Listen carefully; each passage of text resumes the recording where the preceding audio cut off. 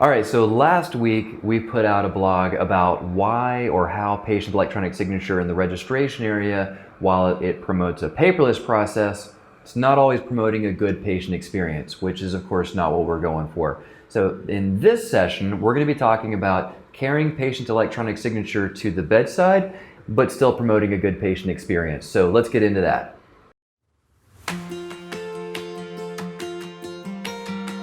Okay, so bringing electronic signature up to the bedside. We've seen a lot of hospitals try to take the solution that they're using in the registration area. It's going well, it's paperless, patients like it, everybody's happy, and they want to carry that up to the bedside. I mean, it's a natural progression, right? You're using electronic signature for consent forms in the patient access area. Let's do that at the bedside. There's challenges, though, often faced whenever you're bringing a patient e-sig that works for registration up to the bedside. Specifically, there's 4 challenges that we see. So let's get to them. Challenge number 1 is basically getting that LCD device that you were using in the registration area up to the bedside. Now, how do you do that? Of course, this is a device that's attached to your PC via USB, most commonly. So how do I bring that to the bedside? Most often, we see customers using those workstations on wheels, and they'll wheel those into the patient's room. By the way, don't call them cows. Remember when we used to do that? No more. Anyways, you wheel that workstation on wheels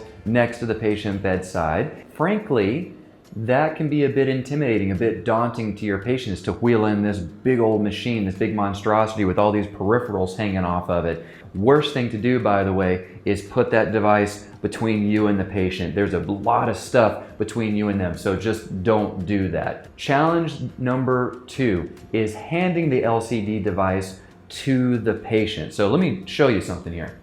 All right, so I went and grabbed one of my LCD devices. So this is a device from Wacom, great device. There's other ones from companies like Topaz.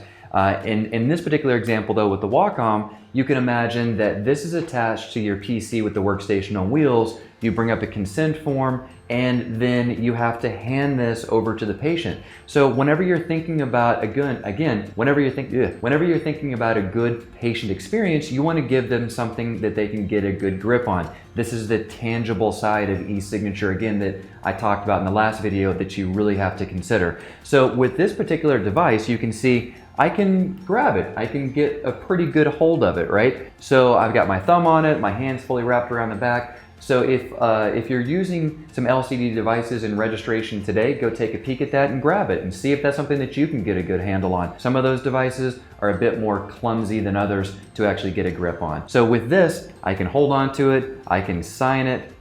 So there's my messy signature, and that looks good, that feels good, that's relatively tolerable. But again, if you have an LCD device that is just not that easy to actually get a hold of, and you hand that to your patient, not going to be the best patient experience there. Challenge number 3. So this is the same thing that I talked about in the previous video as well, and it's with respect to the correlation of the digital signature onto the paper form that you're presenting to the patient. Because again, if all you're presenting to the patient is this, then they're going to have to look at the paper copy, oftentimes a laminated copy, and then sign that. Again, it's not something that patients are typically comfortable with, especially with the kind of forms that you're presenting to the patients at the bedside. Most often those are informed consents, things that are pretty heavy in nature.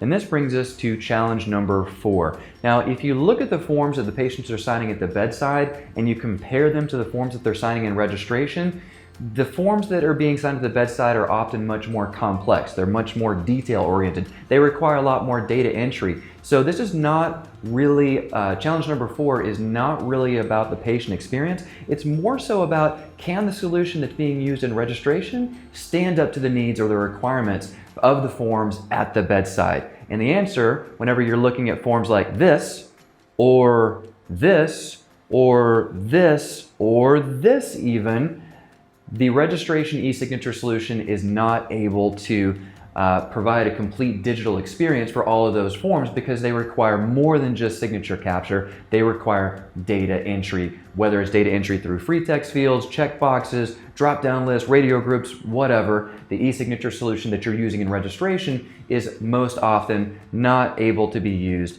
at the bedside because of the nature of the forms. So there you have it. There's 4 consistent challenges that we've seen over time that cause problems with patient e-signature solutions being brought from a registration area to the clinical care setting. Learn from others' mistakes and learn from what we're trying to preach at here. And so I hope that this has been helpful. Thank you very much for checking the session out.